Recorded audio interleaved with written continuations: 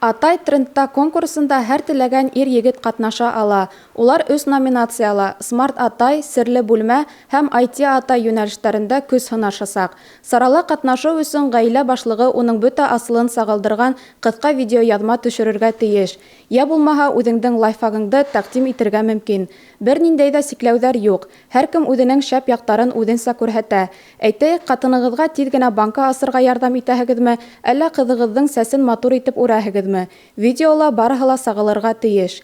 Креатив, стилле, модалы эштәргә өҫтөнлөк биреләсәк. Әлеге ваҡытта видео-визиткалар әҙерләп ебәреү бара. Уларҙы сараны ойоштороусылар 19 февралгә ҡәҙәр ҡабул итә.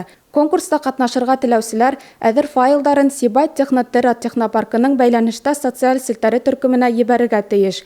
8-987 147 12 95 телефон һанындағы WhatsApp-та файлдар ҡабул итеүгә көйләнгән.